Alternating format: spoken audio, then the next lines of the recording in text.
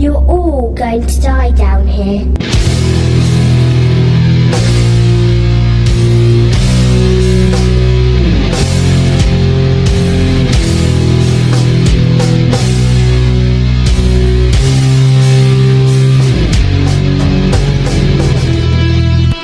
Babe, sometimes they come back because of remakes. Oh. And once again, we're doing another remake. Yay. Well. Get it? Because there's a well. Oh, okay, yeah. In the movie. It's deep. You did that a few minutes ago and I didn't get it. Yeah. And depending on how deep it is, you could either survive 7 days or 30 years. Whichever one. Yeah. Whichever one works out for you. Yeah. I know what I choose. 30 years? 14 days. 14 days. 2 weeks? Because I'm built twice as different. You like that? I'm flexing. You can't see it, but I'm flexing right now. Also, couldn't you last longer than 7 days? Because isn't it like 3 days without water, but like a lot more than that without food? And she had water. That's right. She was surrounded by bacterial water that she could water sip that on. actually, probably gave her dysentery. So if anything, she might not have made 7 days now that you mention it. Okay. And then she added to the water? Yeah. Yeah. That's great. Yeah. If anybody knows what we're talking about, you are forsaken. Today, we are back with Millennia Macabre. Of course, we're diving into the okay era of horror. I say golden and silver, and I'm like, I don't think there's a color. No. or a metal gray that encapsulates early 2000s horror. I think you could call it bronze. I'm going to call it the Rock Age. The Rock Age. Stone Age. Well, it's not that old, but it's rocky. Yeah. You know, that's fair. Yeah. Anyway, we're reviewing movies from the year 2000 all the way into the deep, deep future of 2009. I think we said 2010 was a cutoff. It was a new era. Movies changed in 2010, whatever. My name is Kevin. My name is Jacqueline. And today we're doing something different, actually. We don't have one movie for you, ish. We have 2 movies for you. 2 of the same, more or less, but... Yes. Yeah, because usually when we do the whole, hey, we're going to look at a remake like House of Wax, we just don't watch the originals at all. We just like dive into the remake and kind of look at that. But for some reason, we said if we're going to cover 2002's The Ring, then we have to watch 1998's Ringu, also known as Ring. Well, because the difference between those ones, like, say, House of Wax or Halloween, though we did dive into the previous films a little bit, the only difference is by decade and the influence of the decade. But this is a complete cultural difference. Yeah, that's true. That's true. I think that's worthy of covering. And this is the kickoff for the J-horror remake trend. After this, we got The Grudge, which was also a pretty big hit in the U.S. based off of Ju-On, and starring Sarah Michelle Gellar. We'll get to it. We watched it, actually. Yeah, and then decided it's probably maybe not worth covering because of how dull it is. I think we just said, oh, maybe The Ring is better. Yeah. I think that's what we said. But if we run out of stuff, we'll get there one day, right? Okay. Because, I mean, come on. Ted Raimi cameo? You only get that out of Wishmasters or Candyman's. It's incredible. Or like 100 others, but you know. Or like 100,000 other movies that he shows up in. Whatever. Anyway. And yeah, this kicked us off. You got like Dark Water and all that stuff, which is very funny. The Shutter, director... Pulse, all that. Yeah. The director of Ringu also directed Dark Water, the original. Oh. Yeah, did not direct the remake. Yeah. Wait a second. Who was in Dark Water? God, who was it? She was actually offered this role, the starring role in The Ring. So it was Jennifer Connelly? Thank you, yes. Oh my God. Yeah, I bet she was kicking herself because this ended up being like a huge fucking hit. It's funny because the director went out on his way to say like, hey, I didn't want to cast like super known stars for this, but also he'd offered to Jennifer Connelly, Jennifer Love Hewitt, Kate Blanchett. Yeah, that's right. But like Jennifer Love Hewitt, she'd already been like a well-known scream queen at that point. Oh, another sidebar. Doug Ray Scott is also in the Dark Water remake. That's another man who made an unfortunate casting choice. He was originally casted as Wolverine in 2000's X-Men, and he dropped out, and it went to Hugh Jackman, and Hugh Jackman ended up with $400 billion because of that casting choice. I'm sure it was a worthy sacrifice in his mind. I'm sure he sees the Hugh Jackman and appreciates it for what it is. Appreciates his huge Jackmanness. Appreciates the missing $4 And million. listen, eventually Doug Ray Scott got Hemlock Grove on Netflix, 3 seasons. What? So I think things worked out. Because you can barely make it past one season on Netflix. Yeah, they cancel you like during a season, like while it's filming. It could be the biggest show of all time. Netflix is like, no, we didn't hit that right demo. I'm like, what demo? What demo do you want, and why are they so important? Why? We could be sitting here with Cowboy Bebop season 2. Do you want that? With my whole heart. With my whole heart. In your whole heart. Believe me, my whole heart. Anyway, back to this fucking movie. Oh yeah, The Ring. So yeah, we watched back to back. So I actually want to talk about how we watch these things. One, thank you Shudder for having like all of the Ring films, all of the original Ring films. Yeah. But maybe not the remakes. I don't think the remakes were on there. But it had like Ring 0 and Ring 2 and all that. So yeah, we were able to watch that, which is very rare for this program because we usually have to rent every single fucking movie. Well, for audiences that don't know, the Western release, they were called Ringu. Yeah. But they are actually The Ring in Japan. Or just Ring. Yeah, just Ring. Drop sorry. the. Yeah. The was just for our remake. But and they sold it over to Western audiences, I'm assuming, post the Ring release. So they're like, well, we'll make it clear that they're buying the Japanese version. So let's make it sound more Japanese, I guess. I don't quite know what the thinking there was, but we watched Ringu on Shudder, and then we actually got to see The Ring in theaters. And I don't mean originally. I did see it in theaters when I was 12. I guess if this is 2002. Oh, so this will be the second time. Yeah, I never saw it in theaters. Yeah, no, we out here in Seattle, there is a movie theater called Central Cinema, and they do a lot of second run, old films, horror films. They even do live events where they have this fucking guy by the name of, what is it? Baron Von Terror. Baron Von Terror. Who does like a Transylvanian accent, goes woo, like shout out to Central Cinema if you're ever in Seattle. You can get food there. The food is awful, but you can at least buy pitchers of beer, and that's great. And they got great sound, great projector as well. Always a cool vibe. It's a little bit of a drive for us, but it's always worth it. So Central Cinema. I like theaters that do shit like that. I like it when they bring back old stuff where their whole thing is. We saw Practical Magic. Best movie ever made. It was pretty good. It was pretty good, actually. And then we saw The Thing there. We saw Candyman. Saw Candyman. Yeah. Oh, and that was amazing. Yeah, it was. Hearing that, was it Philip Glass did the score for that one? Yes. Fucking amazing hearing it in like that surround sound for the first time. That was a great experience. Are you kidding? Like hearing the John Carpenter score in theaters for the first time? Actually, that wasn't John Carpenter's score. That's not John Carpenter, but it's like heavily John Carpenter. He mostly wrote it, but it was actually what was his name? Balladini that did the score. I think you're right. Editor's note: I was not right. It was Ennio Morricone. Thank you. Yeah. And there's a bunch of excess score that you can even find in Quentin Tarantino's way too long Western epic. What was that even called? A Million Ways to Die in the West. The Seth MacFarlane movie? Whatever, it doesn't matter. It's 7 Angry Men, not 7 Angry Men? Yeah, I think it's 12 Monkeys. Yeah, we got there.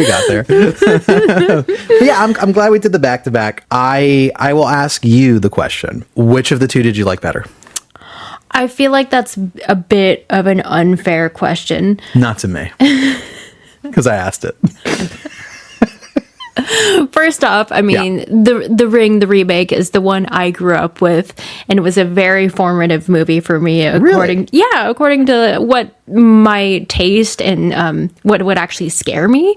Like I've always been more terrified of like the creepy, eerie tones and more of a ghost story than anything. Like I'm never going to be scared in like a bloody slasher or anything like that. It's the creepy image of Samara crawling out of a TV, that fucked me up. And also, you have to lay respect on the original. It was the original concept. They came up with those visuals.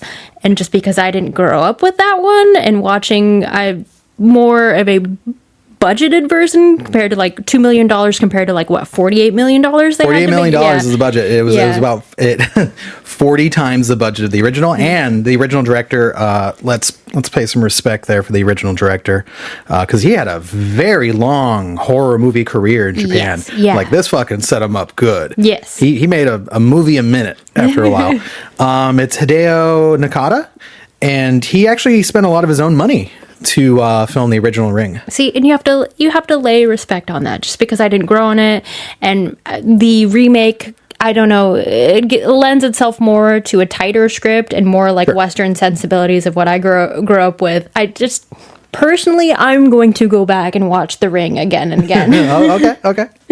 But watching the original, they do take a lot from it, from like the first half of the movie, like a scene by scene, basically. Right. Yeah. No, it's very exacting. Yeah. For a lot of the film, and then I think it deviates pretty hard towards the middle. Actually, it deviates a little in the middle, and then toward the end, it kind of finds its own place. Yes. But I feel like they both arrive to the same conclusion, which is great, but it's like, I think it might be a bit smarter how it gets there in the remake. Yeah. I mean, and anyone can improve on something by taking another whack at it. Yes. So. I mean, okay, so that said, I have no respect for anything or anyone, right? I think The Ring, the remake, is like conservatively 4 times better than the original. That's a fair conclusion. My problem with Ringu, while I respect that it's the one that invented the visuals that have kind of like carried forward and kind of like cemented, I don't know, a new age of J-horror. Like when we think of like Japanese horror, we think of what Ju-on and Ring did. Yes. Right? Ow. Oh, no. The problem is, and maybe it's just like, hey, it's 2025 brain. I'm sitting down, I'm watching it, I'm seeing it for the first time. The movie's kind of boring. Yeah. That's the movie's biggest crime, is that it's so low budget that it just didn't have enough to show you, and so it's a lot of just kind of like sitting around with these characters, and you can tell in the remake they're just like, no, we got to fill in these boring moments with like more scares or more creepiness or more like, hey, anything can happen at any moment, whereas in the original almost nothing happens most of the film, and it's all really just a lead up to the final shock scene. Yes, yeah. Whereas I think the Ring remake has a lot more going on. It's a bit itself. of a punch up, for sure. Yeah. And you're right. It's like, yeah, dude, that is like the ultimate potential of a remake. It seldom happens. Do we get a remake that says we are going to one up the source material? Yeah. I think it happened here. Yes. I do. That said, I think it still has some of the same problems as the original Ring, but I think one thing that it really does way better is just the visual filmmaking and visual style. Yes. Is immediately eerie, immediately fucked up. They color correct the lenses they filmed with, so it's not even a post-production trick. It's a decision that they made while filming. It needs to look this way, so it's green tinted the whole fucking film, which could be like annoying, but I think works in its favor. And then pairing it up with the decision to set it in Seattle, which is like already like isolated all the time. You know, it's a brilliant oppressive feeling city. Yeah, I think it's a really smart way of saying, how do we like localize this? You know, like what's our version of kind of the horror that, you know, in the original, like, hey, some of that feels like it's very much cemented in that culture, and they're like, well, how do we make it ours? And I think that was a smart way to do it. So yeah, the other thing about the original Ringu that I found very funny is that there's not a whole lot of like flair to the filmmaking. It's like a very matter-of-fact film. It's shot like as you would see it. Yes, yeah. Right? So a lot of it is just like, I'm just filming 2 guys talking. Yeah. You know, like that whole movie, rather than it being like, hey, there's, you know, snap zooms or like weird shots or like long, like, you know, focal point shots and stuff. Like, for instance, the cherry blossom tree that we see. I don't think it's cherry blossom. It's actually, else, right? Funny enough, it's actually a Japanese maple. Yes. And the fruit that grows on the Japanese maple is named Samara. Yeah. The main character in this movie, which I always just thought they chose like whatever similar name to Sadako, the original. I thought that too, actually. No, I was like, oh, they actually thought about this. There's an underpinning there. Yes, okay, yeah. See, that's that clever stuff. But yeah, having like that visual motif come back, and then they had the gift of foresight with the remake, so they actually started really using the imagery of a ring like throughout the film. In fact, they coded into how people dress. It's in backgrounds. Obviously, it's the well shot over and over. Whereas the original was just kind of like, well, it's a metaphor for the circular nature of the curse. Yes, yeah. Or the phone ringing. It's take your pick. It's still kind of funny that it hits so hard for Western audiences, because it's still like a super Japanese or Eastern concept. Like a lot of their lore, there's a suspension of disbelief that we don't really tap into as an audience, or at least not in this era. Like, say, like Japanese lore about the red and blue toilet paper. You know that story? No. Oh, okay. Yeah, No. there's like a high school ghost that like offers you red or blue toilet paper and this convenient. toilet stall next to you, and if you choose red, you bleed to death, and blue, yeah. What's the other color do? I don't remember. Butt bleeds. But like when you break it down, it's just like, oh, you watch a videotape and this kills you. Like, if you just put it as plainly as that, it sounds very strange. It is, and yet I think it feeds into what a lot of great horror is based on, which is like rule-based horror. Yes. Right? It has a very strong mechanic, which is you watch this tape, you have 7 days to live, then you're fucking dead. Yeah. And then it introduces a curveball, almost as a twist, of how you can kind of like sidestep the curse, which is interesting. Yes. And I think especially Western audiences gobble up rule-based horror. We love shit like It Follows, for instance, which is like, hey, this is how that curse passes and stuff. Like, there's something about it that just like the mechanics of it are appealing, even if it's rooted in a different culture that we don't have shared like the same history with. Or even like subconscious rule based, like, don't be the character that has sex and you'll survive, you know? Yes. Yeah. So I think it feeds into that, but also like it's always interesting seeing a Western audience like try to translate J-horror and see what that is. We were just talking about the Silent Hill series and how that's an interesting almost inverse, which is it's a Japanese studio, Team Silent, trying to do or basically inject J-horror into a Western setting, and it ends up with a very like interesting mixture of influence that doesn't quite resemble any other J-horror, nor does it resemble any Western horror. It's its own new thing. Yeah. And I think sometimes, like The Ring, you hit on like this combination that exists outside of both cultures into this thing that's just like eerie and prominent. It definitely taps into that, yeah. And then you have shit like Dark Water, which is like still water. Dog water. Dog water. That's better. Damn it, that's better.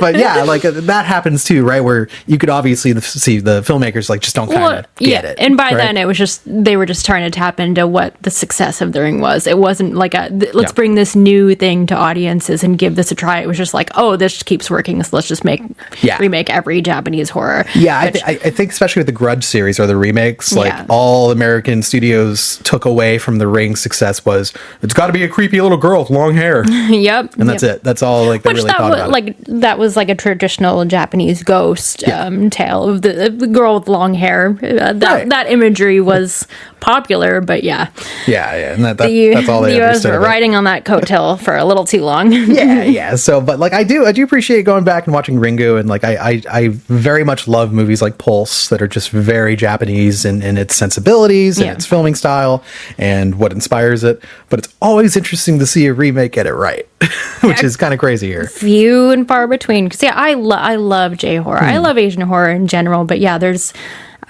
quite a few. I can't remember the last time I saw The Grudge. Original, like Ju-on? Yeah, the original Ju-on. Oh, it's been forever. I think maybe like when The Grudge came out, I watched it because of course they double dipped on that distribution rights and like they're like, hey, you can go to Blockbuster and rent this right now. In fact, there's like 17 Ju-ons if you want to watch. And the same here. Like there's a million rings if you want to. Right. Yeah. In fact, it eventually gets to a crossover movie where Sadako is fighting Kyoko. Yep. Yeah. I want to see that one though. I do want to see that one too. And our man, every country has its own schlock. Hideo came back for Ring 2. Oh yeah, this is a fun bit of trivia that I did not know. They released both Ring and its sequel at the same time in 1998. Yeah. Because it's based off of a very popular novel, a series of novels. And there was a TV movie adaptation that was very popular in 95. And they said, fuck, we could do this as a movie and make a little bit more scratch, right? As long as we make the director pay for most of it, apparently. And so they did that, but it wasn't the same producer or the director. Hideo didn't direct what was called Spiral.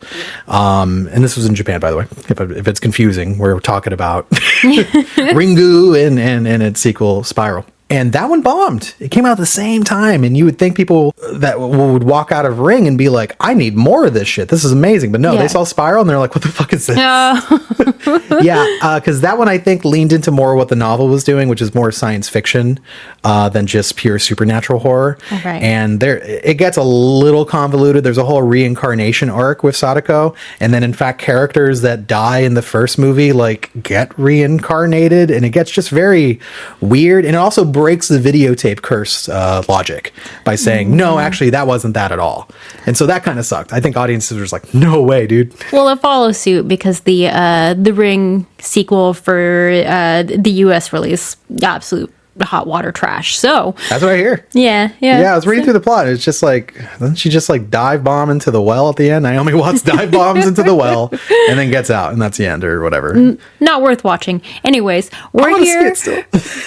We can watch it. I mean, I saw it in theaters when I was 16. Funny enough, that was the one that I saw in theaters and walked out severely disappointed because, as I said, the Ring had an effect on me. I loved it so much, and I was dying to talk about this movie. We've been doing this podcast for a year and a half, almost 7 days, almost 2 years, and we've only covered absolute trash. So it's really no way. House of Wax was pretty good. But like, I love that's my only example ever of like, you know what? Like, I liked House of Wax. Who's it's and what's it's of creators and actors and just schlock. Who's it's and what's it's in Eli Roth's. But in Eli Roth's. Yeah. This is like, has a strange level of prestige about it that I'd never even known. Like Gore Verbinski, is that his name? Verbinski directed it, which you may know him from all the Pirates of the Caribbeans. What else did he do? Nothing. He just went to bed. He went to sleep right after making Pirates. But still, like, $1 billion franchise. Or my most favorite, his notable directing career. You remember the Budweiser Bullfrog commercials? Did he do that one? Yeah, he did that. Well, that makes sense because he did Mouse Hunt. Yeah, Mouse Hunt also a great movie. I loved that movie as a kid. And he went from Ringu to Rango. Yeah, which Rango was an Oscar winner. Yeah, it sure is. Yeah, award for Best Animated Feature 2011. Yeah. Holy shit. And he did a Cure for Wellness as well. He went back to horror eventually with Mia Goth's in that one. Say like the composer Hans Zimmer, as we all know from Dune. I know him from all of the DCEU films specifically. His score for Wonder Woman changed my life. I don't like to think about anything he's done outside of that. Yeah, he's done Nolanverse movies, right? Yeah, he did like Dark Knight. Did he do Dark Knight? Yes. Yeah. Motherfucker. Yeah. No. There's a. I love that he doesn't like want to be known as a comic book scorer, and it's like you've done more than like John Williams, dog. Like, what are you talking about? Get out of here. Yeah, I can pull it up right here. He's done so much. Yeah, he's done like Gladiator. There's a really Interstellar, there's a really strong water motif in this film. One that I think is even stronger than the original. It's almost non-existent in the original. Yeah, but like fear of drowning, being isolated around water, like the rain, like it all feeds into it. But I find it interesting that at a certain point, Gore Verbinski was supposed to do the BioShock movie, which, if you didn't know, is about a society at the bottom of the sea. And I was like, well, that dude can film water. He made water drip out of the phone line. It was perfect. Yeah, but like it's so funny because he was doing the movie and they didn't want to give him the budget because they're like, it's based on a fucking video game. You should get like $40 to make it, not $400 million to make it. Right, especially in the 2000s. Yeah, and so it got dropped real quick. But that would have been, I think that's a big miss. I'm like, dude, you're telling me the guy that made like The Ring and Pirates of the Caribbean, you're not going to give him money to do BioShock of all things? Like literally nobody else in Hollywood has any interest. Go let him do it. A horror movie that made like over $200 million worldwide. Yeah. But yeah, I want to get so $48 million budget, which obviously is a big up from the original Ring. Yeah. Made a box office of $249.3 dollars, which is a hefty sum. What they did originally, by the way, is because they were nervous about it. Every studio is nervous about horror movies.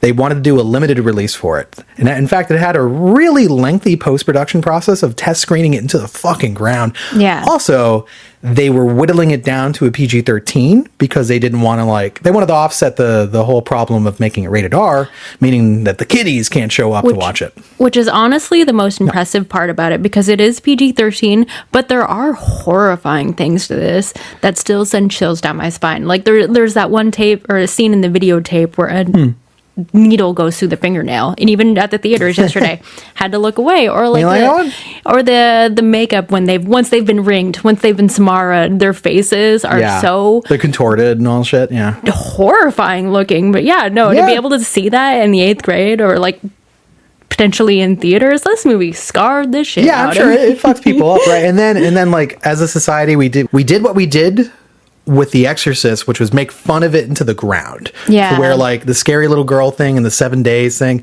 as soon as it got in the scary movie, it was over. It's done. Doesn't hit anymore. Does not hit, yeah. It sucks. That's what we do as a society, though. So it's very unfortunate we never got a sequel that was bigger and better or anything. It was just more of the same, but worse, which kind of sucks. I mean, speaking of the post-production or long production and trying to do a small release on it, they were actually kind of doing a bit of a Blair Witch Project kind of sneak into it, where they would they would have theaters or at concerts, people would leave random tapes of the actual the Samara tape itself around people could find it, which I didn't know about all these years, actually. Yeah. It's also a DVD extra. If you go to a hidden menu, you can watch the whole tape, and there's no way to back out of it, by the way. You have to unplug your DVD player. But could you imagine just finding that tape in public? And thinking what the fuck is going on? Yeah. It's great marketing. And the funny thing is, I think the studio, who was it that did this, by the way, that distributed this motherfucker? DreamWorks. DreamWorks, that's right, because the DreamWorks logo gets all green and weird and kind of staticky at the beginning, which I always love it when a movie does that. You're in for a time when you see that logo change. Yeah, they believe in the project. They're like, you know what, fuck it, this is good. But they actually disavowed any of that. They said, we didn't do that. Oh, really? Yeah. When people ask them, did you release this video to the nah, that's somebody else. The entire time, which is very fun. I think that builds up kind of a aura around your film. Yeah. Funny, getting into the film itself, I don't think it's a slam dunk. I think it has problems, but most of its problems are literally early 2000s decisions. Yeah. Just a product of its time, kind of. Suffers for that. I don't think the intro hits as hard as Ringu does. Although Ringu ends with a funnier flash screen thing. Yeah. And I think this one actually does a cool thing where when Katie, I think that's her name, which is Naomi Watts' niece in this movie, sees it, they actually play a frame from every single shot of the video at once, a fucking image dump on you that they do later in the film, and it's you're like, what? Which is pretty sick, right? And then the water motif, because there's water coming out of the fucking room for no reason, right? I love that. I think that's better, but it was funny to have these two girls. Yeah, it's funny. They seem like assholes a little bit. They only seem like girls from the U.S. One was exactly. That's the thought I had. That it's oh yeah, they're very U.S., huh? The one that dies, I personally know, is Tibby from Sisterhood of the Traveling Plants, by the way. So she holds a special place in my heart. So I got to see this fucking movie. It's always referenced, and I'm like, what? Who? When we were watching Barbie, you're like, oh my god, that's what's her face? She's the pants. America Ferrera, pants. She wears the pants. She wears the pants. I don't know what you mean.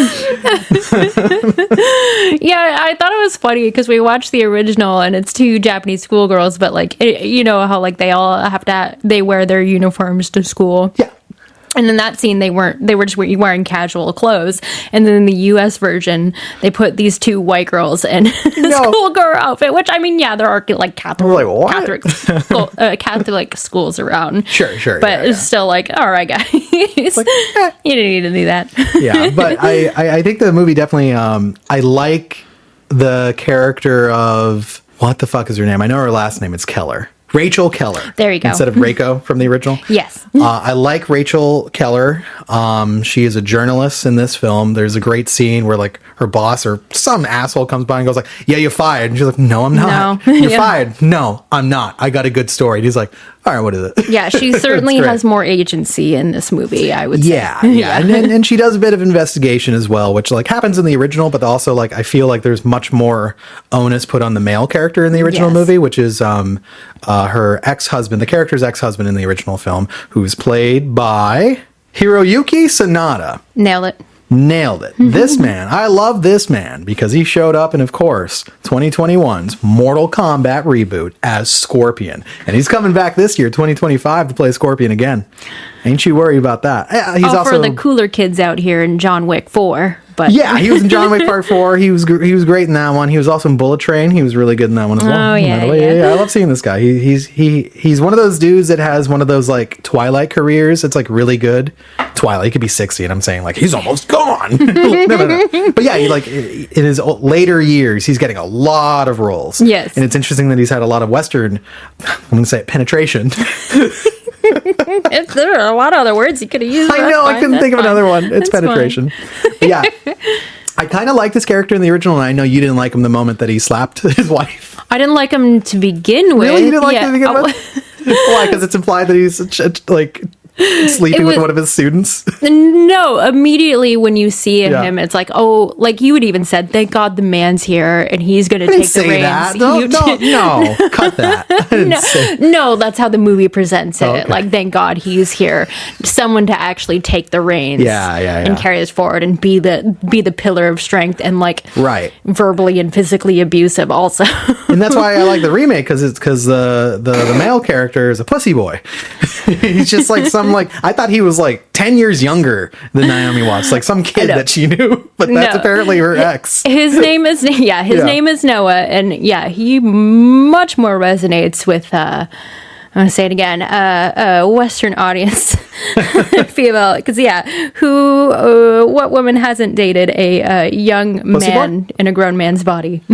Oh, that's true. I think that I like that motif, and it also like allowed him to kind of be like to the left of the story. Yes. Where she was really taking it on. The driving force. Right. Absolutely. And what's interesting, though, she has a young son, like in the original film. And the young son, you had mentioned very accurately that he's very post Sixth Sense. Oh, he's absolutely. Just a creepy little boy for almost no reason. Yeah. Just like overly intelligent for his age and overly self-dependent, which... I mean, it really worked in The Sixth Sense. I mean, we all loved Haley Joel Osment's performance, and he still had like a sense of vulnerability about about him. But in this one, it was just they took it to the max, even to the point where the little boy was like calling her Rachel. I thought it was a little too much. And I know in the original, the original Ring, the boy was self-reliant and also like kind of quiet and reserved and more mature for his age. But he wasn't like creepy or like methodical in his ways. Like this guy, this little kid like has like a very like hasn't slept in 3 years. Yeah, doesn't look like he hasn't slept, and he's like very like strangely articulate about things. Yeah, which I guess would be more believable considering what like kind of like a distant mother that she is. It shows him kind of taking care of her, like laying her dress for an event and stuff like that, which is just something that's taken to the max from the original, where like in the original she's like, can you help zip me up in the back for my dress, and he's like ironing her clothes and leaving it out for her. It's like, all right, calm down. You see the kids like flipping fucking omelets and going like, you gotta get out of there, you gotta go to work. He's paying bills in one scene. He's just like doing taxes for her. They tried to paint her as like kind of disheveled and like very like busy work lady. Yeah, exactly. busy work lady. Business which I kind of like, because it is a trope that's often given to like a male lead that she takes over, and I think she does very good with it, right? And never do I feel like she's ever like damselly in the film, right? Yeah. She's just trying to fucking figure shit out, and trying to get to the root of this, especially as it starts to like this curse starts affecting her family. I mean, the kid accidentally watches the tape and she flips the fuck out about it, right? And I actually like the scene in the remake way better than the original when she figures it out. Like, oh my God, I know what you're doing. It really does feel like a shoe drop moment, right? Yes, yeah. Yeah, it's good. I think it was a solid moment to prove like, oh, she deeply loves her son. It's not just like a business partner. She has to take care of him, exactly. Kind of moment. What is weirder could be easily a very unlikable character, but I think Naomi Watts does a decent job of making her not hateable. I think so too. Martin Henderson, he's okay. That's the dude. That's Noah. Yeah. He shows up later on in horror movies. He's in X, by the way. Oh, really? He's like the ringleader of the porno movie guy. He's like the older guy with the hat. Yeah. So it's fun. He's actually a New Zealander. Yeah, there are some differences between Noah's character, and I don't remember the original character's name in Ring. Oh yeah, no, I'm not gonna get that. But there are some major differences. One's more stern, absent from the boy's life, has a paranormal connection. Ryuji, who can send... Ryuji is the professor in the original. In this movie, he's just like a tape guy. Yeah. I don't know what it means. A specific tape guy. With the biggest Seattle loft I've ever seen in my life. I don't know how he's affording it. He even has an assistant that comes by, smooching him on the cheek, by the way. Maybe it wasn't as rough in 2002 in Seattle. I don't know. Maybe. So I know they filmed in Washington, they filmed in Oregon. They filmed all around. Oh, yeah. Like the cabin that's in the movies and Stanwood, which is near where I grew up. Oh, really? They went to, yeah. Oh, yeah. But there's like this apartment scene where I'm like, I don't believe this is Seattle. Like, it did not look like Seattle. It looked like Chicago. And then they have another scene where there's like a train going by, and I'm just like, that doesn't look like the light rail. That looks like a Chicago train. I was like, wait a second. See, it's one of those things where I would only try to catch, but I was like, they didn't film in Chicago, so maybe like things were just way different in '02. I don't know. Maybe. I need to figure it out. You were deep in Florida. You don't know. I didn't know back then. I was watching this in theaters with my mother in Florida. But anyways, Ryuji. With my mom. Very different character from Noah. I don't know if she liked it. Very different character than Noah. Other than the one thing they have in common is they are completely absent in the son's life. Yes. Yeah. And a brown jacket.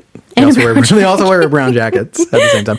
Yeah, they have a scene where they bump into each other in the rain, and it's confusing for the audience because you're just like, who is this guy? And they're not even talking to each other. Yeah. And I'm like, that's no way to greet your son. Yep. And they treat it as a reveal later on after having many interactions between Rachel and Noah. Oh, yeah, by the way, that's my kid. Yeah. I remember watching that for the first time and going, no way. Yeah. And I'm like, it's one of those things where it's like, it's kind of distracting that you treat it like a reveal. Like, it doesn't need to be, but okay. Yeah. In fact, I really like that the original immediately is like, that's my ex-wife. And you're like, oh, okay, so they probably have some friction. Yeah. Like, I like that. It sets it up nicely. And this one, you're just kind of like, do they want to bang? It wasn't too much later. You could tell there was some awkward history there. Yeah, a little bit. Yeah, because she runs out of the house going like, I thought you changed. And it's like, he's like, oh, I still love my tapes in my loft, baby. But I'll help you, goddammit. I'm not scared of a tape. Yeah, he watches the tape, by the way. Everyone watches a goddamn tape. Everyone watches that tape. Everyone watches the tape. I can't stop them from watching the tape. She watches it like 20 times. Yeah. What's funny is, like, if you did a modern... And I didn't see Rings. Or I did see Rings and I stopped watching it pretty quickly. Mm-hmm. That's like our latest Ring film in the West. But it feels like the threat of a VHS is not so big anymore. That's the thing I've wondered over the years is how could this movie possibly hold up to like a new audience? Because I popped in a VHS tape to watch this movie. I remember sitting on my couch, and I remember going to a fuzzy screen after the movie was over, and I was falling asleep on the couch that night because I was too scared to go to my own bedroom, and the TV going fuzzy. And that was something that I dealt with from day to day, looking at VHS tapes. So it felt visceral to something like me. But I imagine like some 18-year-old kid who's never even seen a VHS tape watching this and be like, what is it? Like, could they put themselves in the time and place? Would this movie kind of hold up? Or is it the reason why the audience score is 48% these days? I think if you broke this movie up into 48 parts on TikTok, they might be able to kind of like pick up on it. It'll resonate. Bit. Otherwise, they're not going to sit down and watch this. Hell no. It's fucking, it could be like 18 minutes and it's too long. Is it something just only our generation and older can appreciate? I don't know. That's an interesting question. Maybe, like, people are steeped in technology. I think if you were to go to the next degree with this and try to make a modern Ring, it would be like a fucking YouTube streaming video. Service, yeah. And maybe there's something scarier about that because it could like proliferate way quicker than I have to sit down and watch a VHS tape. Yeah. You could just like open your spam email and get ring cursed. And I think that's what Rings tried to do, ironically. Yeah. Although Rings is also adapts a little bit of Spiral. Oh, really? Because it does the Sadako or Samara reincarnation arc. Yeah, it's not worth watching. Not worth watching. I can tell you that right now. It looks like shit. like visually, it looks like shit immediately. Like, oh, turn it off kind of deal. But anyways, The Ring. The Ring. Add the. It's scarier. There are so many things that I think it deeply improved upon. Like the tape itself has scarier imagery. Yes, the tape is way better in this one. Oh my god, it's eerie. I remember it terrorizing me as a child. Yeah, do you remember? So in the original movie, it's like creepy images. It does the mirror shot and all that. It's a very short. Yeah, There's one where it's like, well, there is sort of a motif of water in the original, but it's more about the sea because it's implied that Sadako's mother had slept with like a ocean demon, and that's the true father. Yeah, dude, and that's why she just sits looking at the sea, and a lot of fishermen talk about that. Right. Of like, they always saw her just sitting down. They threw that out in this movie. They said that's a little too ridiculous. Yeah.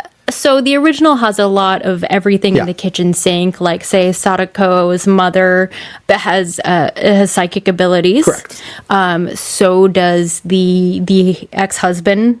Oddly enough, yes. Yes, has psychic ability. like he can feel things. Yeah. Ryuji can like sense things, and if he touches certain things, he does the whole fucking like touching evil thing. Yeah. You know, where he gets flashes and shit. This movie throws out all of that shit. Yeah. And I think it makes for a cleaner experience, right? Absolutely, yeah. But I was about to say, for the videotape, it had it where there was just some like men kind of like crawling in pain on a beach. Yeah. And in the remake, it goes from a shot of just like full screen maggots to just nude people writhing in hell. Yes. And that's a scarier like up leveling of what that whole thing is, right? And there's actual imagery that connects to the rest of the movie and actually like connects to things that were in Samara's life, which I thought I've always kind of thought that was a bit of a ridiculous thing where she just imagined the things and then they are. But that's actually like there was a psychologist that actually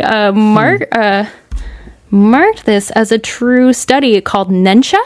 Yep, I was reading about this. Yeah. Thoughtography. Where someone... Thoughtography? Yeah, thoughtography. That's good. Where someone just sees images and then it becomes actual print. And this is before The Ring actually happened. So it's like, I guess, I mean, it's all proven to be nonsense, but it's just a form of psychic abilities that people actually believe in. I think this movie does the Samara arc way better. Even leading up to our reveal is way better because I think the original makes one huge mistake. There is a flashback where her mother has powers and there's like a gaggle of men that are trying to like disprove it, but like she keeps on correctly guessing like the right words that are like behind a card. Yes. And like this one dude presents to the audience going like, it's correct. And some of the audience like flips out. He raises up like, you fucking liar. You lie with your eyes and your lies, like freaking out. And then he gets all he has a heart attack immediately. Yes. He gets like struck down by it and then he does the contorted face and it's hilarious. And they all look over and it's Sadako on the stage and they're like, did you do this, Sadako? Yeah, and then the mother points her at her and it's like, Sadako, this was you. Right. And it kind of like ruins the whole bit because even that movie tries to like paint her as a victim of circumstance, a victim of her powers, a victim of the little island society that she's living on. And something that needs to be unearthed and rescued from the bottom of the well. Correct. Like her spirit is restless because she was the victim of a heinous murder, which is all true. And then you get the reveal at the end of the film. Sorry for jumping a little bit ahead, but the reveal at the end of the film, like, oh no, Samara was always like kind of evil. In fact, her mission was to kill everyone. There's a whole videotape of her like apologizing for the fact that she absolutely needs to kill everyone. And you're like, oh my God, that's horrible. I feel like the Ringu shot itself in the foot by doing that one scene of like, she just straight up murdered a dude and it wasn't in self-defense or anything. It was just because like, hey, you're annoying. You were yelling at my mom. Yeah, exactly. So I think this movie does it much better where it is a reveal of like, oh, you fucked up. This is much cleaner story between the she wasn't actually the mother's daughter. The mother, what was her name? Do you remember? Anna Morgan. It was Anna Morgan. And Richard Morgan was played by Brian Cox, who's really good in this movie, by the way. Yeah, he's only in it for 4 minutes, but he's great. He's really good. It's like a jump scare an hour in, where it's like, whoa, an actor's in this? Yeah, it was. We were like, wait, and he looks exactly as he does now, 20 years later. It's crazy. Second editor's note. Brian Cox actually turned down a role in Ghost Ship in favor of doing this movie, which seems like something that us, Millennia Macabre, should have covered and is the trivia of the century, and we failed you. You will be issued a refund for this episode. I'm so sorry. But I love their story of... they desperately wanted a child, and she unfortunately could not have one and kept having miscarriages, Right. which led to the adoption of Samara. Got And they had lived on a Washington island where they had show horses and were, I believe, racing the horses too. They were at least breeding horses. They're probably just selling them, I guess. Yes, yeah. And life was all great, and they adopted Samara, and then weird things start happening on the island, and the horses start getting sick and dying, and people are seeing... And that's in the videotape, too, right? Like, the dying horse is a motif that you keep on seeing. Yes, yeah. People are seeing scary images, almost like some thoughtography is happening. That's right. But it all kind of leads to, like... I think a town kind of going crazy and looking for an explanation Right. and willing to blame it on some strange little girl. And like her mother was going crazy and ready to blame it on her instead of like a potential like virus going after all these and they made her like horses. sleep in a barn because she gave them nightmares, so they Yeah. tried to keep her away as much as possible. Though there is one point in the movie where they show like a little tape of Samara being at the institution, and clearly something is wrong with her too. She's not sleeping. She's staring off in the camera, and she says, "Oh, but I weird. do want to hurt people, but I Right. want it to stop." Yeah.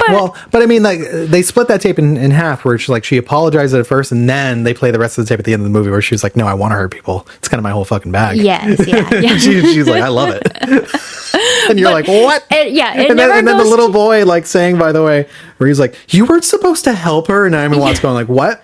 Yeah, excuse me.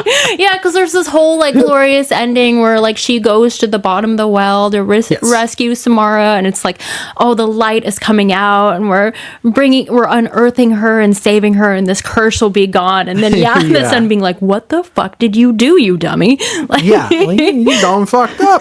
you done fucked up. You and Noah, fucking idiots. Did I hear my dad, by the way? I don't know. But yeah, in the original movie, they do the same thing where, so Katie got sick because there was a bunch, like, she went on a weekend resort at this cabin with her friends, and they all watched the tape because apparently they didn't have Weekend at Bernie's available.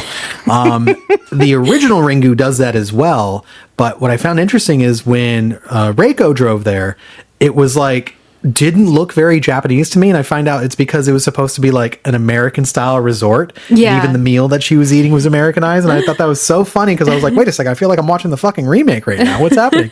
But even funnier, the cabin was B4.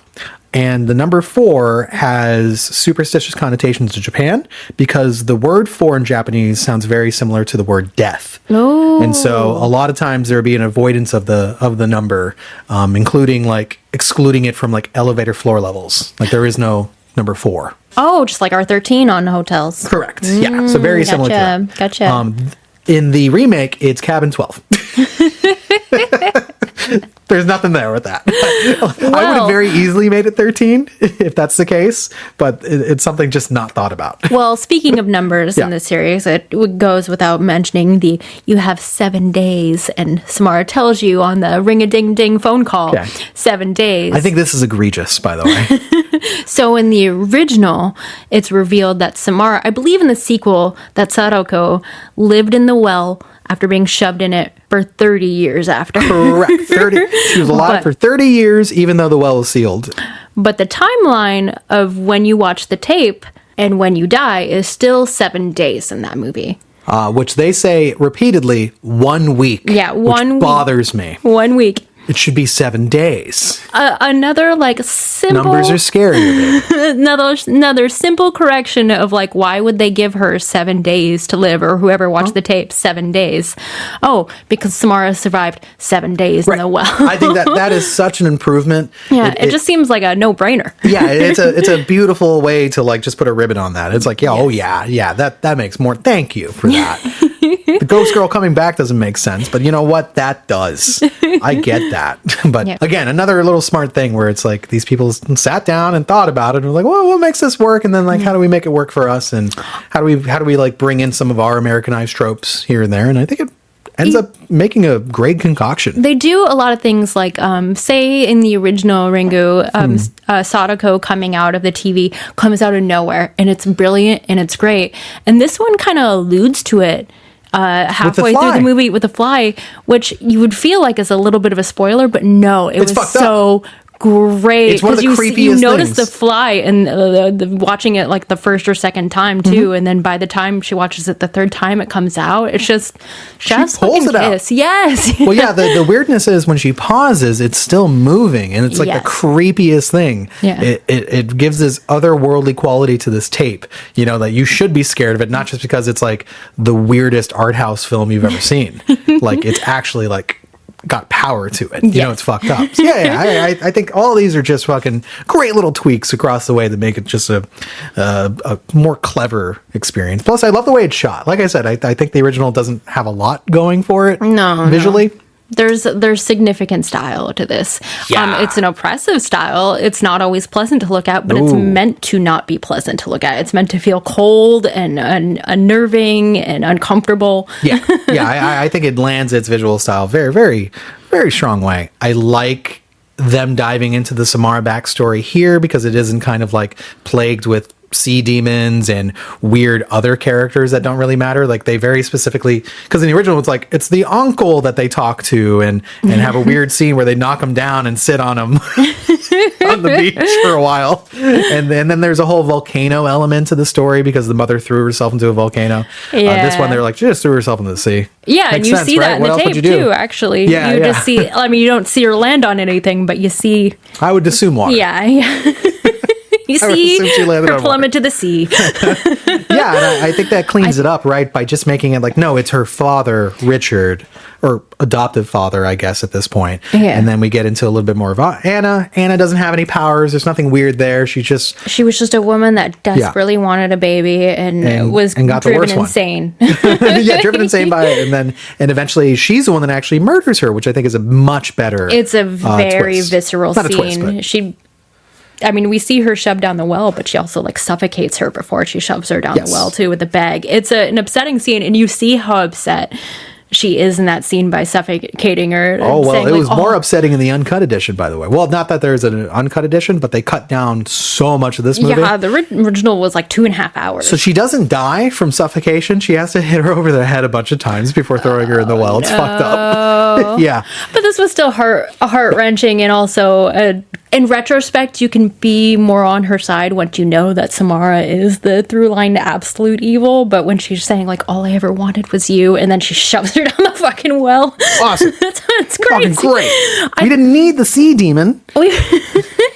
We've talked about how like a lot of the horror, the punch up of the horror in this movie just felt like a Western influence. Like we got to keep these like dummies entertained, but they were very cleverly integrated. Like say the famous horse scene on the ferry. Oh, it's such a good scene too. It's so weird. It's so weird, but it's like Intense, this is like it was her Samara's mom and dad's existence. Like they would understand like anyone who sees the tape has like a tint of Samara connected to them basically. Right. And that's why a horse would freak out seeing her now and loses its mind and jumps off the ferry. Wait, so what the fuck? Did you watch that tape? I'm getting out of here.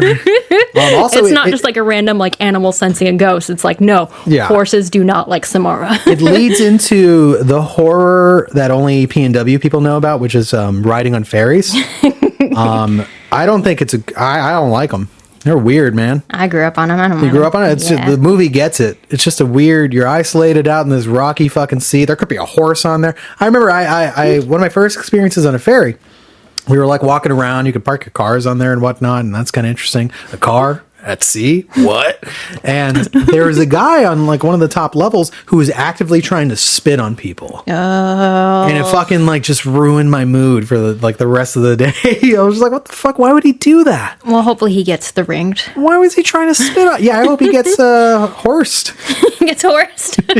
Yeah, it's a bad scene too. Like the horse eventually like jumps off the water, but it does a thing where like it hits the side first. It's so upsetting. And yeah, I mean, like again, horses, for like a PG-13 movie, and they run from tip to stern on the ship and go all the way back, and they just see blood coming out from the back of the ship. No noise, no nothing, just blood. That's it. Yeah, that was good. haunting. Yeah. Yeah, it was good shit. I think I still love this movie as I'm talking about it. I had a great time watching it yesterday. One of the rare Millennia Macabres where we're like, actually, that one was pretty good. You walk away and like, I can see why it was a bit of a sensation, right? I think a lot of it worked. And this was also not too long into Naomi Watts' career. She had just done Mulholland Drive in 2001 with David Lynch, R.I.P., Mr. Lynch. And so I guess when she was filming this, she was a relative unknown. Yeah. And Gore Verbinski wanted unknowns in the cast because like the studio, like you said, was like, Jennifer Love Hewitt, how about her? And he's like, no, I don't want to cast any of these people. Yeah. He's like, I want like my movie to live on its own. And honestly, it's a tendency that you see from more modern movies to say, we don't need a starlet or a big action star at the lead of this movie. We just need someone who's right for the role. Right. As long as, in fact, it should be somebody that audiences don't recognize because they're much more immersed with the story. They're not distracted by the fact that they're watching like somebody from Euphoria. Exactly. In the cast. Yeah, you can put yourself in the horror because it's just a body there, basically. Just in every person, right? Yeah, you're not watching Brad Pitt be scared. Yeah. But there's also another punch scene where Naomi Watts, Rachel tries to interview Richard Morgan. There we go. I keep forgetting their names. Richard Morgan, and he obviously flips out because she starts bringing up Samara, and he obviously has some trauma about this woman. Clearly, everyone still does have trauma about Samara, including she talks to like Samara's old therapist and Anna Morgan's old therapist, and saying like, the island's a better place without her. Was it a therapist? I think she was just the doctor, right? Yeah. Yeah. But you kind of get that she's a jack of all trades in that town. Yeah. She's the only one. Yeah, exactly. But yeah, that is a creepy thing to just be like, listen, if you knew the situation, you would not care about this girl. And from an outside perspective, it's still like, how are you all blaming a little girl? What the fuck is wrong with you? And it's like, I don't know. You try getting fucking photogrammetry in your brain. See what that fucking happens. And apparently this chick loves art house horror. But yeah, another punch up in the movie as she goes back to that house, and Mr. Richard Cox, or Brian Cox. I'm mixing all their names. Richard Cox Morgan. Dicks on dicks over here. Brian Cox, Richard Morgan, ends himself in a very, very violent way. That's right. He puts a vibrator in a bathtub and then he dies. Wait, was it? I think he had like a whole like video setup too. Like it was like a VHS TV. Was it a VHS that did it? That's great. That's good. I didn't know, but I thought it was a TV or something. It was like a TV with like a whole like old VCR setup. Basically, yeah. Amazing. There's no notes on that one. Yeah, I 4 minutes well spent. But yeah, you know, and they go back to the well, which is conveniently underneath the cabin. Yes. There's a whole bit with the I don't know, I guess the guy that works there, which he has funnier dialogue than the original guy. The original guy was just like a guy. Yeah, this guy who was doing card tricks. That was the funny bit where he's just like, is this your card? She's like, no, the entire time. Yeah, and when they go back, they allude to that he died because the camp is actually, or the cabins are actually closed down. Like there's like closed. That's right. Yes. And it's because there's a scene where he expressly dies by watching the tape. Yeah. or he had already watched the tape and then you get another like Samara kill out of that. Yeah, they cut down like so much of it. There's some cuts that I definitely appreciate compared to the original. Chris Cooper, I was going to get to that. Okay, you're going to get there. Okay. We won't spoil the Chris Coops. But in the original, she realizes that she needs to make or her son needs to make a copy of the tape and show someone else that, and that way he passes on the curse to them, and that's why she had survived. And spoiler alert, Noah, unfortunately, does not make it. Right. And she figures that out. And there's a whole sequence of like the sweet grandpa that's in the movie, and it's implied that she's going to go have the son make a copy of the tape and then make the sweet grandpa watch the tape. This is Ringu, because the grandpa's not in the remake at all. Yeah. Yes. And this one, it's much more open-ended because they wanted to keep the mother more sympathetic than going after and killing the grandpa. It would have been funny. Yeah. It's more of a like, what happens to whoever watches this tape? And that's all we know about it. Cut. movie's done. Yeah. Which I think is a much smarter choice Very because it's eerie, already yeah. like so if we did that, it would be like irredeemable.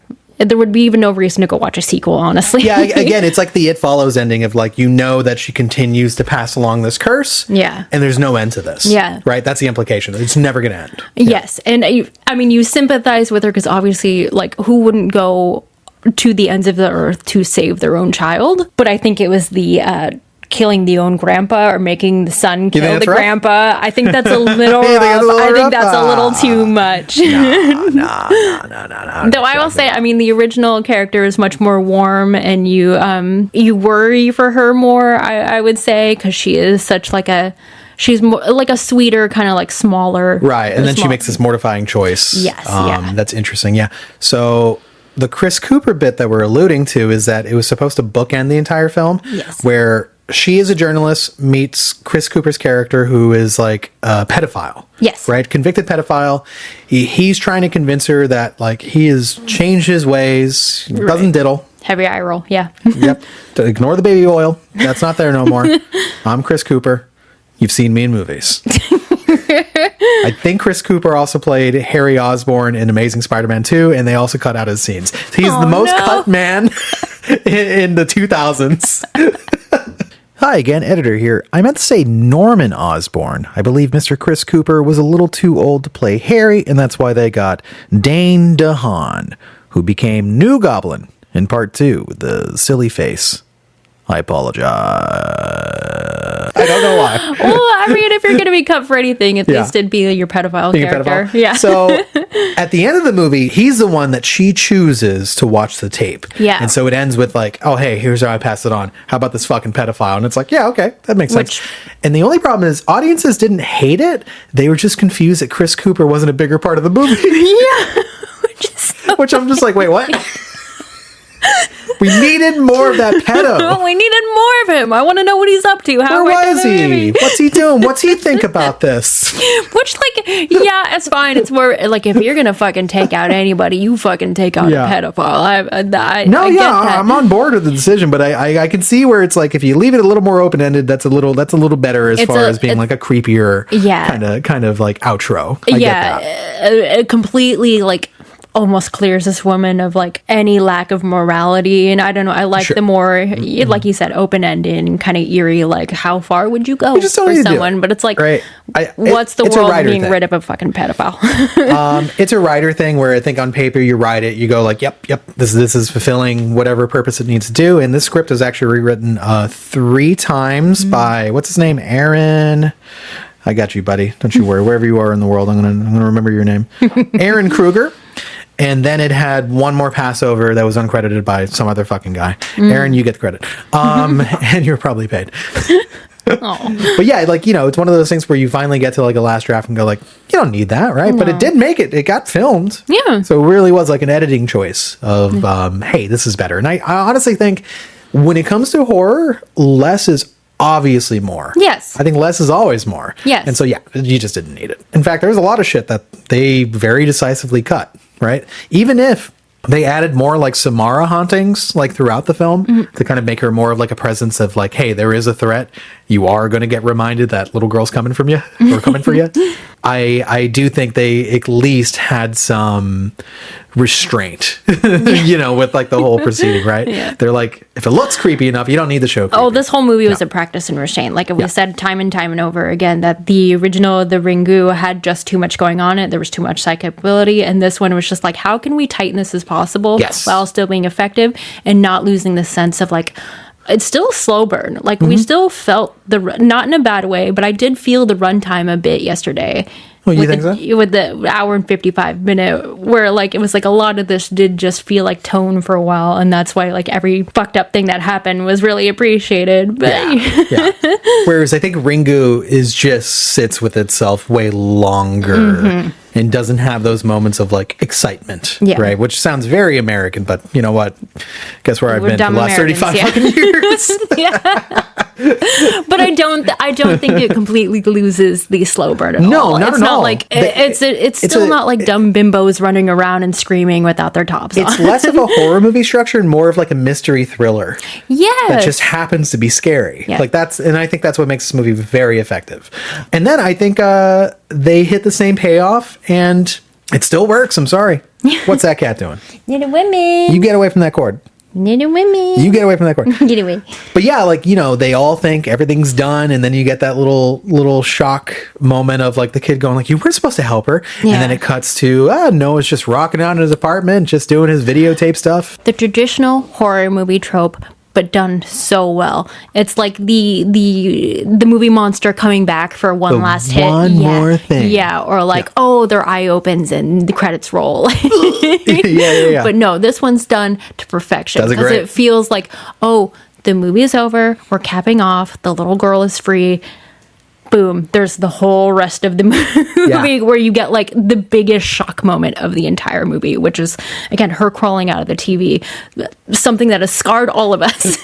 What's funny is in comparison to the original, this one's like more action movie because he's like falling over shit. Yeah, well, like crazy. you see that coming out of the fucking TV, like life is disorienting. I would be falling over I myself agree with it. too. It's just the original is a much more nuance of just like he's just like fucking He's just stunned. horrified. Yeah, he's stunned by and they do one trick that I think is really smart in Ringu that I wanted to see and I didn't quite catch in the remake, which is they filmed the actor that played Sadako, who was an adult, by the way, because she spent 30 years in a well. She's not a little girl anymore. Yeah. And the original is actually supposed to be like more sexually ambiguous, and that's also in the She's books intersex. too. Yeah, intersex. Or they are intersex in the original. Yes. Although even the movie doesn't really play with that. That's from the novel. Yes. That's directly from the novel. And then they kind of like, I think they filmed it that way, but then this movie just throws that shit away. Right. Fucking, it was 2002 like in the US. you Of course see a little girl alive multiple times. Yeah. And they show her face in the remake, whereas in the original, they never show the face beyond the eye, which was also a stuntman's eye, or one of the crew members' eyes, by the way. Yeah. Yeah, it wasn't like the actual actress. But they filmed that performance in reverse. And so they had her walking backwards, and then they filmed it forward, so it looks eerie and weird. Yeah. Like the limbs are like moving in a way that doesn't make sense. The good old Carrie trick. Yes. Yeah. Very smart. I didn't see that in the remake. It was just her like she was immediately on the ground. I will like, say a little of it but doesn't hold up as well because like she still has that when she's coming into the TV she still looks like she's on VHS. Yes. There's a bit of like a grain to her and glitch to her, which at the time hit like no other. So I mean, what do I know? But watching it this time, I was very aware and it looked a little silly to me that she was flickering. A little bit. I get the intent, which is kind of awesome. Yeah. We're like that is her existing through the tape. Yeah. But then Mr. Man gets fucking yoked. Yeah. Which is pretty hilarious. One thing I also forgot to mention, we talked about the distorted faces, but I think the best distorted face was from Katie, where they don't even show it originally, but there's a flashback to them finding Katie's body, and she's in a closet, and her face is fucked up. They actually do that in Ringu too, where they do a bit of a flashback and showing Katie's face, but obviously with that higher budget and more. Speaking of prestige, Rick Baker did the special effects for this movie. That's why the faces were horrifying. Mr. Rick Baker. Yeah. Well, and there was Amber Tamblyn, who was Katie in this movie, and she had a horror career after this as well. She was in a bunch of shit. Tibby. Huh? Tibby. Tibby? Sisterhood of the Traveling Pants. What the fuck? She was the pants. She also wore the pants. God damn this movie. Is that what we know Amber Tamblyn from? That's where I know Amber God Tamblyn. She's damn Tibby. it. Anyway. They do one reference to Ringu 2 in this movie, which is they actually go to the institution where her friend is at, which is something that doesn't happen into the sequel originally, but they have a conversation with her. She is absolutely horrified of TVs now, and Naomi Watts tries to get a little information out of her. I thought it was like a nice little touch to be like, hey, we have the foresight of 2 movies, let's kind of take the parts that work from those. Okay. Yeah. These are the parts where I feel like the movie gets a little sloppy because, as we'd mentioned, like it was out in the open in the original that people just had psychic abilities. Yes, that was it. Yeah. This it gets a little muddied because they still kind of allude to it, like a little, like I'm sure you could argue that, like, it's been known in media that kids are usually more in tune with, like, the spirit world. Sure. But yeah, the son seems to know a little too much. And also when she goes to the institution and finds her friend that never watched the tape, all she knew is that her friend got murdered, basically, but grabs Naomi Watts' wrist and says 4 days left. Like, how... I don't get it. How would she know that's that? Right. I forgot about that. Yeah. And also, the confusing element there, if you're like counting the days, 4 days doesn't make sense. Unless you realize, it doesn't make sense because she already showed Noah the video. So, right? No. I know the answer. Okay. I know the answer. Okay. And it's because it has to be a copy. Yep. He just watched the same video as her, and therefore his own ticker started. But when the son watched the copy that she made, that's when she was in the clear. Yes. Yeah. Yes. And so that was before this scene, or after this scene occurred. Yes. Yeah. And I was like, okay. I see what you're doing with the fucking rules. You're trying to trick us? Trying to trick my bottom. I won't trick that bottom. You ain't gonna do it. But they do kind of explain it away where, like, when the little boy says, like, oh, she's gonna die. It's like, no, well, the girl might have told her, actually. I mean, he did say that she told him, Tibby told him probably about I'm gonna be like, told him about Tibby. the tape, yeah. Oh, yeah, Tibby. I mean, she did probably tell him about the tape because it was that they were, we didn't explain, but they were very close and she regularly watched him multiple times a week. So, like, for any of he seems hyper aware, there were explanations, and also eventually Samara was haunting him too. But I think the one mental institution part was just a little too sloppy for me. A little too. Why would she know that? Like, we don't need to get into that a little bit. We didn't learn anything. Yeah. Like, it was like we also my friend knew it was died. 4 days. Yeah. But I think it was just like a reaffirming of the character of, I guess I am gonna die, even other people are knowing. Yeah, that's fair enough. Oh, there's one little bit that's kind of like more of like a theory than anything else, which is when the copy of the tape is viewed by the kid, at the very end, you can see that Samara is coming out of the well versus the copy that Rachel watched. She wasn't coming out of the well. It ended at the well scene, which implies that if you create more and more copies, if you did like 17 more, the end of the video would be her finally escaping the well and perhaps even escaping the tape. In the original, actually, in Ringu, every time she watched the tape, towards the end, there would be a little bit more of Sadako coming out of the well. And they never point it out, but it's always just like a slight, like, she stops the tape for a second and goes, wait a second, like, I don't remember that before. Right. And you like, see that different. in her eyes. And each time it's just like a millisecond of Sadako coming out. And that was one of my favorite things about the original. But yeah, I guess I like that explanation of the new one. Yeah, because this movie doesn't do that trick. No. It just does it for the copies, where it's like it makes the tape feel like it's a living entity, and maybe like it's just an extension of her power versus it being something that she's like trapped in. Like, she's still creating the images on the tape. Right, Yeah. exactly. Did you know this took place in Seattle? Oh my, I know I've said this a billion times, Yeah. but being a kid who grew up in the Seattle area and Washington and it constantly raining and watching VHSs constantly and being horrified by ghost stories. Yeah, it was like the original, like, someone telling you this is going to be the scariest movie you've ever seen. And I mean, obviously that's never the case, but that one for me, I remember being at middle school and someone saying, like, it's the scariest thing I've ever seen, and watching it and being like, yep. But I feel like this is going to be like a millennial thing. Like, growing up, I remember my mom saying The Exorcist was the scariest thing she had ever seen. She saw it at a drive-in theater. That's right. I mean, she was of that era. She watched it live. That was terrifying to people, but I guess this is the millennial version of that. I know other people will feel different about it. I'm sure it didn't terrify you in the same way, but I'm curious, this was my Exorcist. I'm curious if in 20 years somebody's going to be sitting down talking about, like, Talk to Me. Yeah. For instance, so like finding something that we're just like, yeah, that was good, like Talk to Me or Hereditary or something like that, and going like, this is my horror movie. This is the defining horror movie of our generation.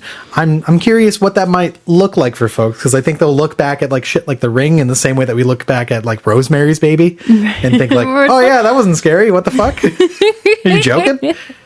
Though I think What the hell is a VHS tape? yeah, that's what I'm saying. I don't think it's gonna hold up for like kids these days. Unless there's always like an old soul out there that can find something and resonate with the theme and get past the "I don't live with this from day to day" kind of thing.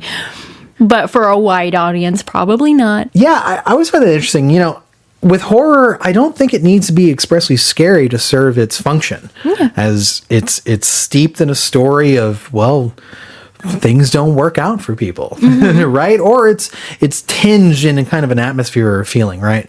I always find it very funny that we look back at like older films and go like, oh, it's not scary because, you know, maybe in it for its time, but I'm like, but The Exorcist is a brilliant film. Yeah. Like it's still something that you can watch and be like, this was expertly executed from tip to stern. Yeah. I can't say that about The Ring expressly. No.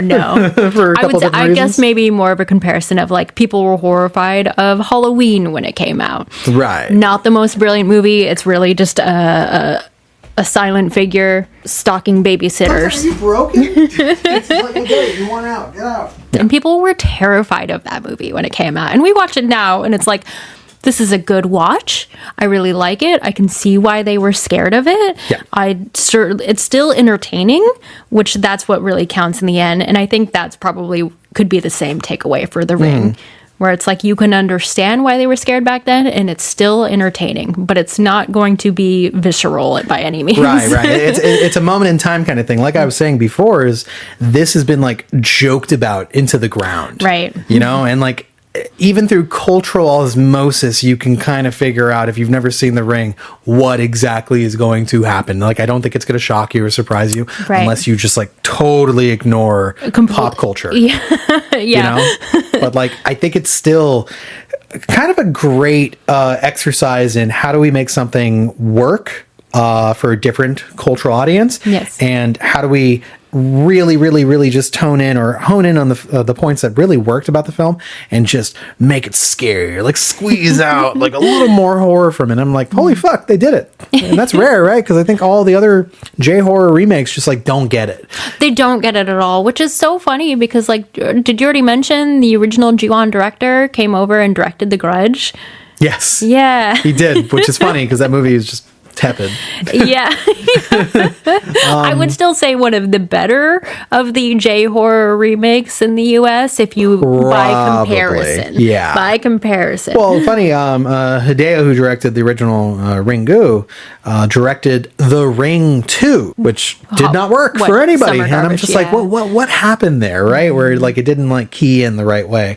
I don't know. Maybe you kind of need that outside element to make something work from the inside. But I had a good time. I liked it. I'm glad you liked it. It's a creepy little feature. I was worried seeing it in theaters that it would highlight so much of the flaw. Because watching it, it's very much like you can want to watch it at home because you're just watching it on a TV set, and then you're watching someone come out of a TV set. It's just all vibe. I figured like if you're just stuck in a huge theater with nothing but to view that, it would point out too many of the flaws. But from beginning to end, I enjoyed it still, and I've seen it numerous times. I know it was probably like the second ever watch for you. You know, it's funny. We were big fans of Red Letter Media, and they've been going on like a war against theaters because they're really just annoyed by other people. Yeah. You know, they're annoyed by people like fucking like crunching popcorn and on their phone. They're grumpy old men. They're grumpy old men. And I'm annoyed by that shit too. We went to go see Anora, and it was the worst experience ever because there's a bunch of fucking teenagers behind us, like literally repeating lines from the movie as they happened. There was one guy, it was like he'd never seen a movie before and like didn't know how to process. Like everything was the funniest thing he'd ever heard. Everything he needed to repeat because it's like he didn't understand the concept of a movie. It was awful, and I totally get, but I do think in the right circumstances, there is no movie that isn't made better by seeing it in a theater. I do. I think it's like the correct experience for a movie. Let alone a good movie. Let alone a good movie. You know, when you have that attention, that atmosphere, when the rest of the audience is on board to just kind of be swept away by a film, it's perfect. It works. It's not an issue. You know, I enjoyed being stuck with that movie in a theater, a big dark theater and a big screen. I don't know. It's a movie it's the right way that begs to be watched in the dark. Don't watch this on a Sunday 3:00 afternoon. Watch it in dark. Watch it at night. Oh, chef's kiss. Good shit. Well, fuck. I think we did it. I think we did it. Yeah. I think we crushed it. I think it's a recommend watch either way. If you don't like it, if you do like it, it's up to you to decide. Is this the only Millennia Macabre recommend? At least give it a chance, I'd say. Yeah, I say give it a chance. If you've not seen The Ring, see The Ring. If you only have thing to seen understand the Ring, cultural then zeitgeist. What are we doing here? Yeah. What are we doing here if you saw it already? Yeah. What do you care? Go watch Rings and tell us if it's good. Did you see Rings? I saw like the beginning of Rings. Vincent D'Onofrio's in it. He shows up and he goes, "You got a Bagul, Samara problem," and then that's it. I hear Samara's in it, like Yes. the actress pops up back in it too. She gets what a is it? credit. DeVay something. I don't remember. She was great though, by the way. I love her in it. I think good. yeah. Did good. Yeah. Knew how to be a creepy little girl. Yeah, she did. And she was like an adorable little girl in real life too. Oh, really? Yeah, That's yeah. even funnier. That's good. I watched 20 minutes of it and I said, this is really stupid. Sure. And you should go watch that new The Grudge they made and then watch 20 minutes of that and then realize that's really fucking stupid. They shouldn't have done it. Are we going to watch Ring 2 then? The Ring 2, Yeah. TWO? Of course. Yeah. Okay. Watch it tonight. Okay. Do All right. another episode. Yeah. Get the mic hot again. He suggested watching it last night, and Yeah. I was like, I don't want this to poison your experience But too before much the Ring? cast. Yeah, Yeah, I that's want fair. you to like remember the first one and not in hindsight hate it from watching the second Right, one. right. Because you can be haunted by the choices of the sequel so much, right? Like nobody's ever gotten over Alien 3. Yeah, Like it just hasn't happened, right? Yeah, or like Halloween Resurrection. Like you just have to pretend it doesn't exist. Fuck. Yeah, What year did Resurrection come out? it's the only one that could fit our cast. Oh, fuck yes. Other than obviously Can we the do zombie. it? We have Yeah, to it's on the list. I told you on I the wanted to list. do it, and you were like, "No, I must have zombie. I must have Rob Zombie." Well, yeah, that was the one that like 17-year-old me was like, this is pretty good. It's pretty hardcore. His mask is all fucked up and there was titties and shit. Fucking yeah, dude. It was good. It had Tom Sawyer. And then we Danny watched it Trejo? and we're just like, I don't think Rob Zombie should like make movies. No, we shouldn't. Yeah. Yeah. Okay. Well, eventually Yeah, we'll yeah. get to have some corpses for more zombie, and we'll do Halloween Resurrection to. I got to tell I you, think Tyra Banks dances in one scene. Yeah. Well, that's awesome. But I'm so not looking forward to House of a Thousand Corpses, I got to tell you. Because that was one of the few horror movies when I was like a youngster. And I watched it and said, this is shit. I find that so hard to believe because you loved Halloween. You loved Cabin Fever. Loved it. It genuinely shocks me because I loved House of a Thousand Corpses. I watched it a billion times. I had the DVD. It was like a comfort watch. Like Found it repugnant. like I would watch it back to back with Yeah. like. Funny enough, Eternal Sunshine of the Spotless Mind. I'm like, Same same movie. level. I'm like, Same movie, same yeah. level quality. Yeah. I watched it a million times. You love the theme song, Pussy Liquor? Yeah. Make it quicker. I love the neon cartoon version of Texas Chainsaw Massacre. It would be so bizarre if we don't follow up with House of a Thousand Corpses now. Do we have to do that next? Well, we talked about it at the end of Okay. this cast. Now people are going to be like, well, why aren't you doing House of a Thousand Corpses? What if there's like a total flip around where like Yeah. I hate it this time, which I have a feeling I probably will, and you're like, actually, Well, there's things like I kind of liked in I this really one. like that clown guy. Yeah. We'll Captain see. Spaulding, R.I.P. Listen. Anything can happen. Anything can happen. You turn around on Cabin Fever, or you can turn around on House of Thousand Corpses. Yeah, I turned hard around in Cabin Fever. That's barely a movie. I don't know if I could look at you the same if you didn't have like the same response. If on I Cabin walked Fever. away from Cabin Fever just going like, you know what? Yeah, just That's blind. a writer strong. Like, I found him as sympathetic as ever. main hero and protagonist. He's like the Bruce Campbell of non-consensual finger banging. Anyways, don't watch Cabin Fever, or do. I don't give a shit. But most importantly, just watch watch, The Ring. Just watch The Ring. watch The Ring. Yeah, You could even watch Ringu. Yeah, why not? You want to be bored, sure. Lay some respect. My God, man. I respect nothing. Yeah. If you bored me, that's a criminal offense. Well, thank you so much for listening, everybody. Although the water bucket scene was really funny because That like the first thing the husband did was like get in the water and start sending me these buckets up. I'll just be here. That was a part in the movie that I really felt, because you imagine they're just like pulling up buckets and buckets of water over and over. Like my biceps and triceps and whatever muscle in my arm started hurting. Just Throw you in the looking at well to that. hug a skeleton. Oh my God. You remember that where she's like a beautiful girl and she separates the hair and it's like that is one of like the grossest scenes too, when she starts finding like this long black hair in the water in this and in the remake. I forgot about. Okay, that was a great. I hate that it's at the end of the cast, but that was fucking like she's on a phone call in the remake and then starts pulling out a giant strand of fucking hair while gagging on it, and it's like, oh. But at the end of it, I'm like, it must feel so good to get that out. Right? Their takeaway. Yeah, my takeaway was like, it must feel great to pull out that strand. Well, I guess we're done. Thank you so much, everybody. Thanks for listening to Millennia Macabre.